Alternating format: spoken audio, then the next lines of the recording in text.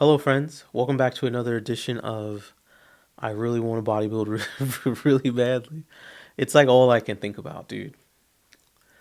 I mean, this is not okay. This is not my first love affair with bodybuilding. Clearly, uh, I am just re-falling in love with bodybuilding, and all I want to do is bodybuild.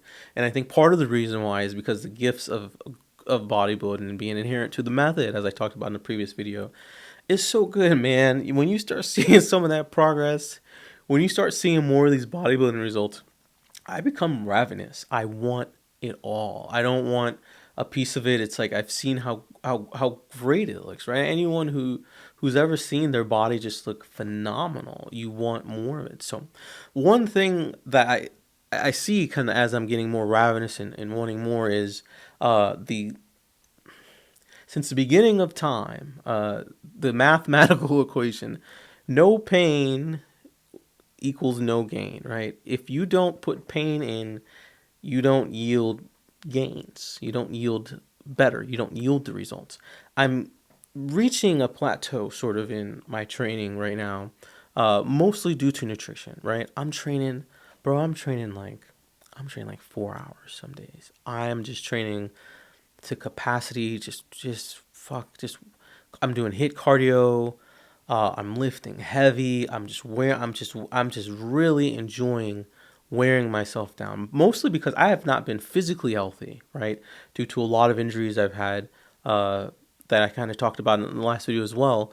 To now want to do this again, and so as my ravenous goes up, I realize that the currency, so to speak, this if we had to pay for something, give something for results, the currency for that would be pain. Literally, if you don't have no money, no pain money, you don't get any gain money.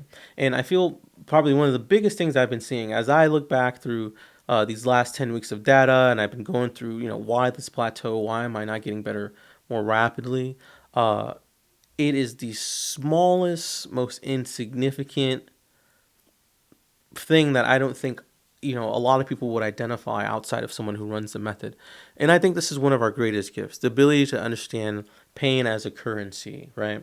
If there's a new thing, if there's a baby born, a baby is born in its mother's birthing child labor pains. If you want something, it costs. If not money, then labor to make money, which is pain, right?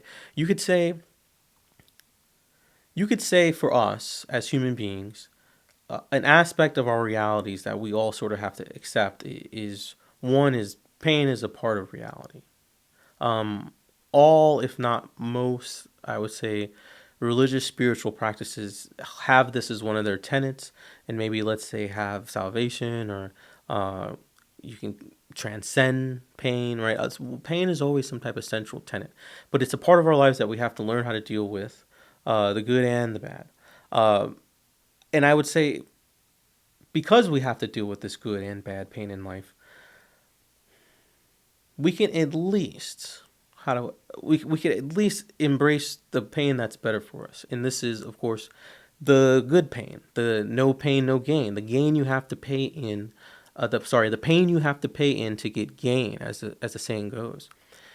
This is not cheap, mostly because I think of pain of avoidance. What would be the best way to put it? Trying to avoid pain, dude. It is like the American pastime. Like, I ordered something. I've been playing guitar. I ordered some new guitar rack holders, and they were the wrong size. I have one classical guitar. I have one mini acoustic. Uh, and so I said, oh, I have the guy coming over who's going to install it on the wall. So, anyways, I didn't want to be inconvenienced, so I go on Amazon, as we all do, and I ordered a new one that'll be here tomorrow, right on time. I live in a country that has made me avoid. It would be such a pain if I had to go to Guitar Center and I had to go to the store. It would be such a pain for me to do that. I live in a country who literally the corporate professionals make my life easier, and I am eternally grateful for that.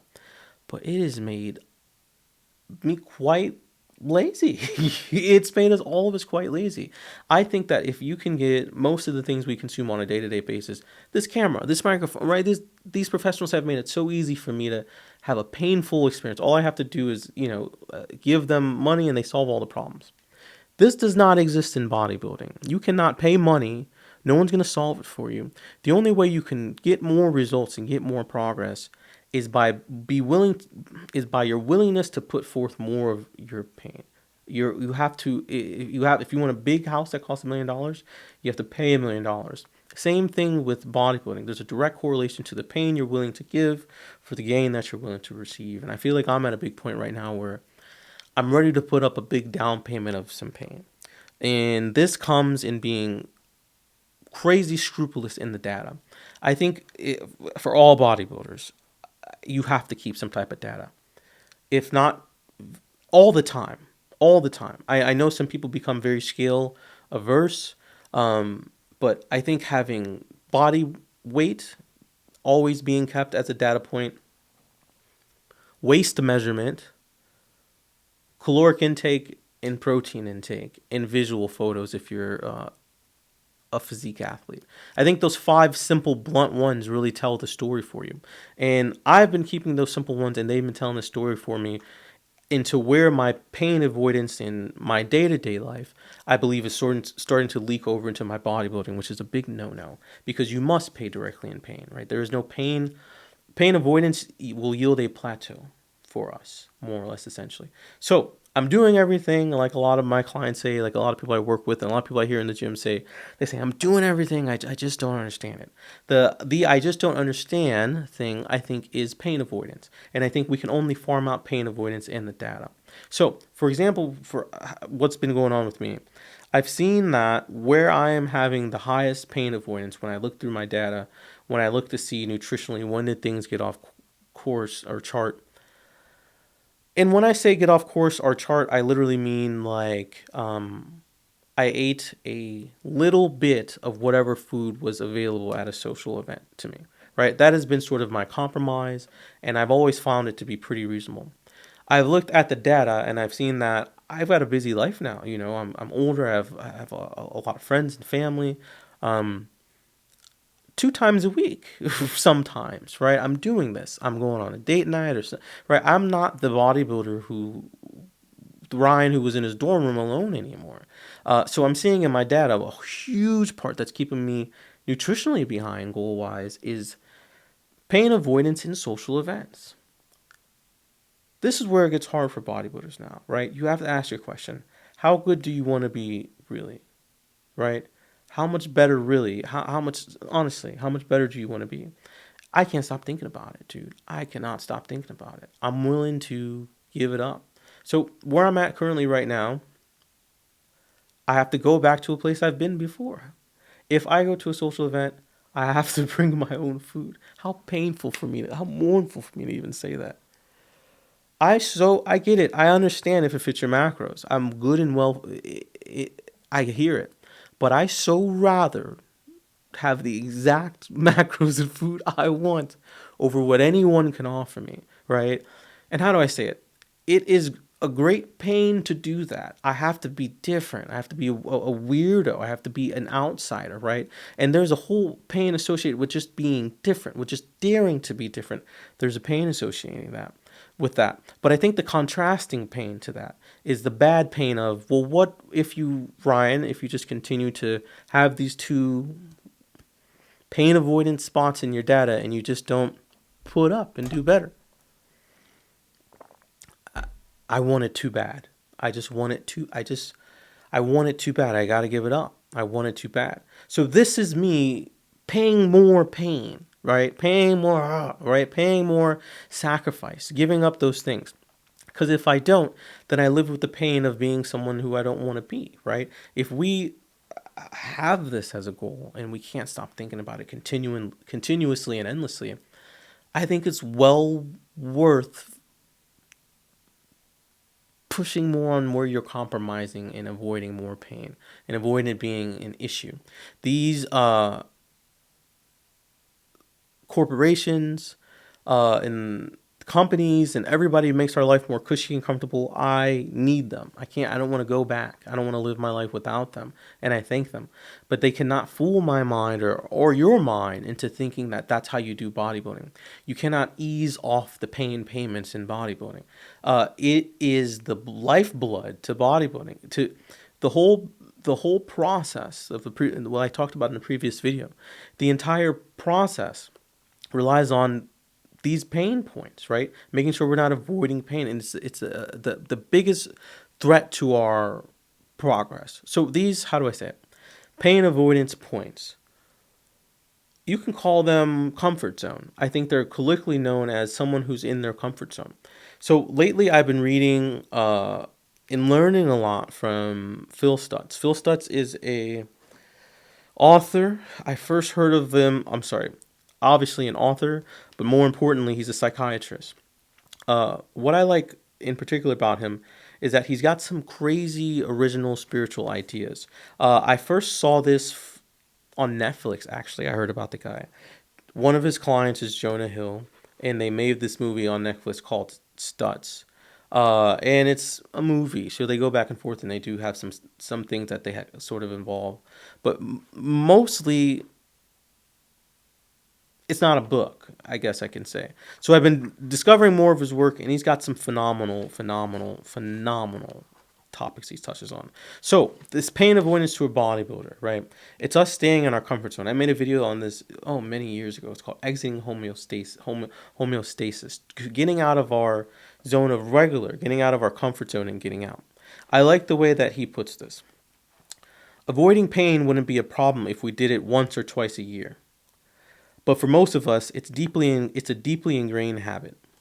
We barricade ourselves behind an invisible wall and don't venture out beyond the wall because beyond the wall is pain. This safe space is called the comfort zone.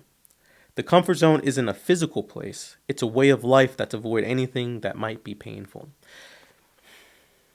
Bodybuilding by nature is painful. No pain mathematically, right? No pain equals no gain. They've been saying that forever, and it's true. Now, the pain I'm talking about isn't a pain of masochism, right?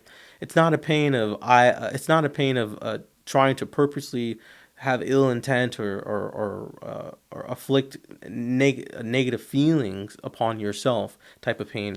The pain I'm talking about is a pain that actually gets you forward. It gets you somewhere. And Phil Stutz talks about this fantastically. So I wanna show an image here. This image is essentially how he describes what he put into these words. He has a very strange way of doing things. He'll make pictures for his clients, and he'll make little simple picture cartoons that I think anyone can understand. And these cartoons help us a great deal kind of understand with these words. So this is basically what our life is like when we live in our comfort zone. This is if I don't figure out a way how to socialize twice a week, and I say, nah, I don't want to disturb anybody. I want to just eat what everyone eats. I want to eat with the group, right? And if that's just going to fuck up my bodybuilding, and it's going to mess my progress up more and more, right? I now have to sound like a crazy person, right? And be different and leave society and say, okay, by avoiding this pain, by this pain avoidance, by staying in my comfort zone, right? I'm essentially trapped in the same small world of no progress, as he kind of puts it in the picture. But if I could somehow sum through, right? If I could somehow sum through, get to the other side, it's going to cost me in pain. So he has this tool he uses, right? For those of you who don't know what a tool is essentially something that a lot of people use in counseling or psychology. In It's basically a mental tool, the same as you would, screwdriver or anything else, right? If you see a screw, use this tool, use a screwdriver. So when something comes upon you in life, or when something triggers you, he has these tools that you can use. And this tool, to get out of this comfort zone, for me to be able to be live in the moment of these social interactions and break through and get progress in these moments and still somehow be a good friend to my friends and be a good friend be a good family member to my family, but at the same time, just stick to just eating that can of tuna, man.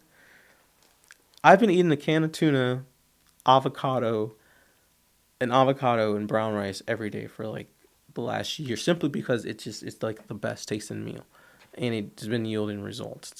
So I somehow know that, right? But somehow when it's time to switch gears and be normal, it's like, well, I'm not trying to eat broccoli and tuna in front of this person's face. Well, I should. So anyways, the reversal of desire is basically the tool. The reversal of desire is a tool that he believes taps into sort of a higher power of the universe called the law of forward motion. The law of forward motion is not a new thing, right? We see this in all objects in motion stay in motion, right? We see this outside of physics into something like even Darwin biology with evolution, right? Life, what was that quote they said in Jurassic Park? Life always finds a way. C.S. Lewis talks about this. He jokes and says, a rock is more inclined to be what it's supposed to be. If I drop a rock, it'll do what it's supposed to do every time consistently. They're very loyal to who they are. Versus the human being, we're the only ones who want to break being exactly what we are and avoiding this pain and putting sort of the brakes on the process of just completely submitting to say it's going to hurt, rip the Band-Aid, do it this way, and just stick to that and do it. We rather not activate that law of forward motion. So our desires are otherwise. Our desires are to stay in a comfort zone. So the tool, the reversal of desire, is this. It's very simple and it's very powerful, and I think it's possibly the most important bit of this video. Actually, let me have him, the man himself, read this. I just saw this earlier that I had this audio, and I could save it, so I'll let him read it himself. Okay, this is Phil Stutz on the reversal of desire tool. Focus on the pain you're avoiding. See it appear in front of you as a cloud. Silently scream, bring it on. Demand the pain. You want it because it has great value. Scream silently, I love pain, as you keep moving forward. Move so deeply into the pain you're at one with it. Feel the cloud spit you out and close behind you. Say inwardly, pain sets me free. As you leave the cloud, feel yourself propelled forward into a realm of pure light. So, Cliffs, in these moments, he says, bring it on. Bring it the fuck on. When you see the pain you're avoiding, bring it the fuck on, man. Bring it on. Bring it on. It's step number 1. Step number 2, bring it on. Step number 2, say, I love pain. Get maniacal about it. Come on, in my face. Come on, that type of thinking. 3, pain sets me free. Bring it on. I love pain. The pain will set me free. Okay, when I first heard about this, I was enamored with this concept, with this idea. I mean, I thought it was just nuts. I thought it was just crazy. Okay, I have to play another video for you. Okay, hold up. Okay, everybody knows this guy.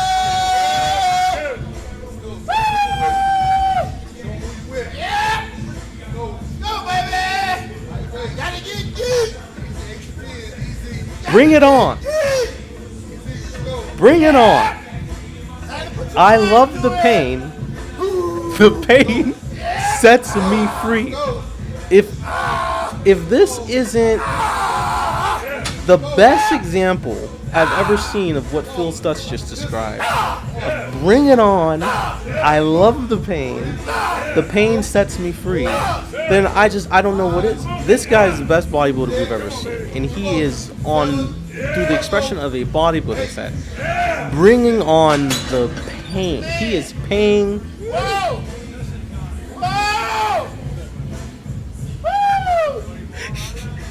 He is paying the pain payments.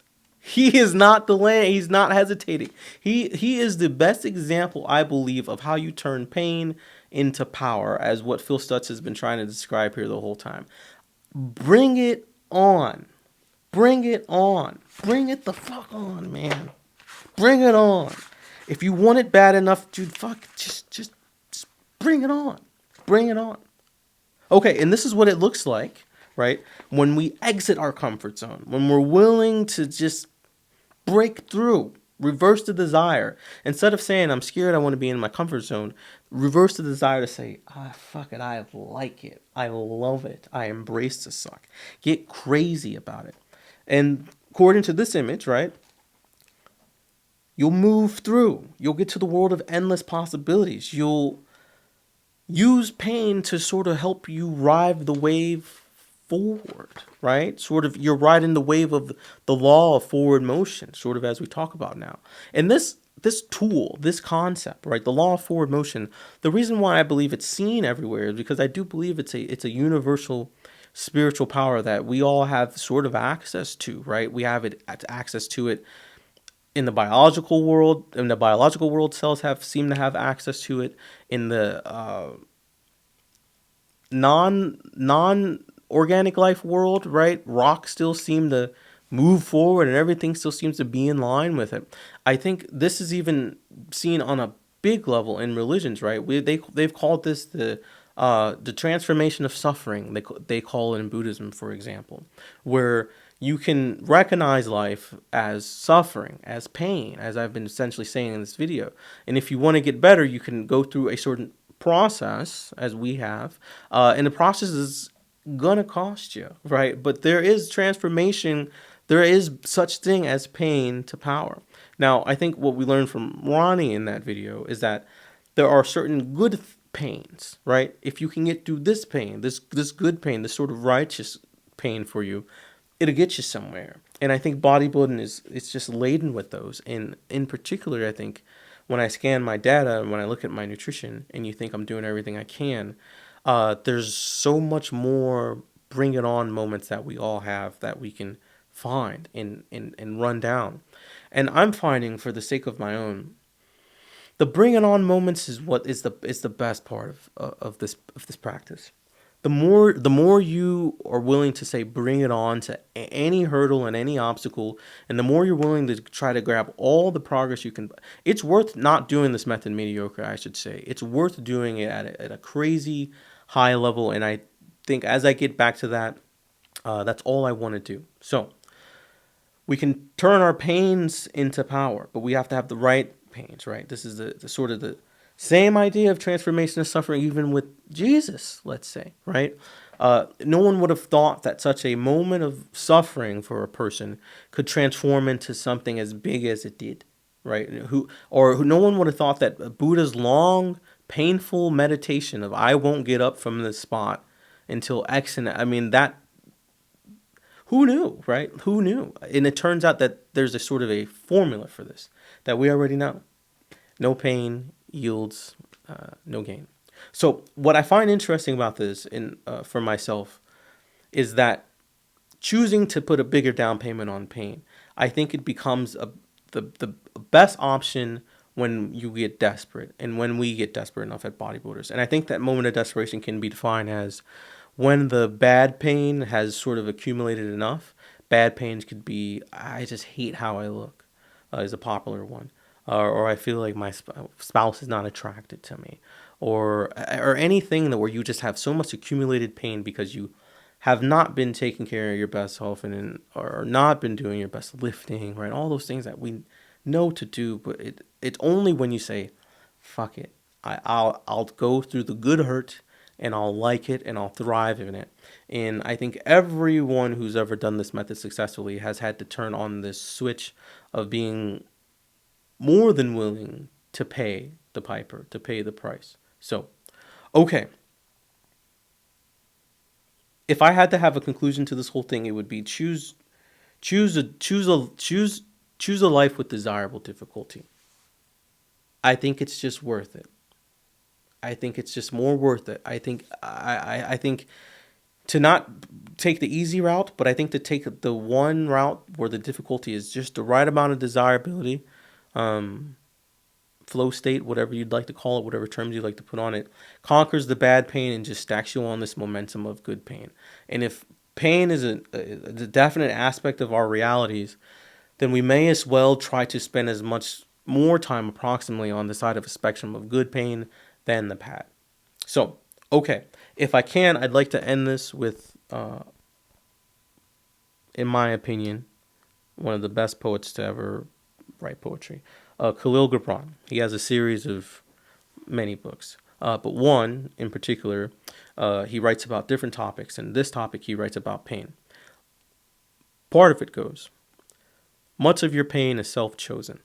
It is the bitter potion by which the physician within you heals your sick self. Therefore, trust the physician and drink his remedy in silence and tranquility. For his hand, though heavy and hard, is guided by the tender hand of the unseen. And the cup he brings, though it burn your lips, has been fashioned of the clay which the potter has moistened with his own sacred tears. I like that. Okay, move forward, dude. Take the pain. That's what I'm going to do moving forward, and that's what we all should do because, fuck it, man. I'm re-realizing this now, and I'm seeing how big it is. So, okay, my next video, I'm hoping, is going to be on the topic of selfishness. Selfishness, I feel, is a very shameful topic in bodybuilding. I mean, there's so much shame with how selfish you have to be. But I would argue that rational self-interest and good selfishness is a thing, and it is something that the world has been built upon and is essential, though it doesn't sound best on paper. So, okay, thank you. Thank you for watching these. If you've been watching these, I really appreciate it. Leave any comments. I appreciate everyone who commented last time.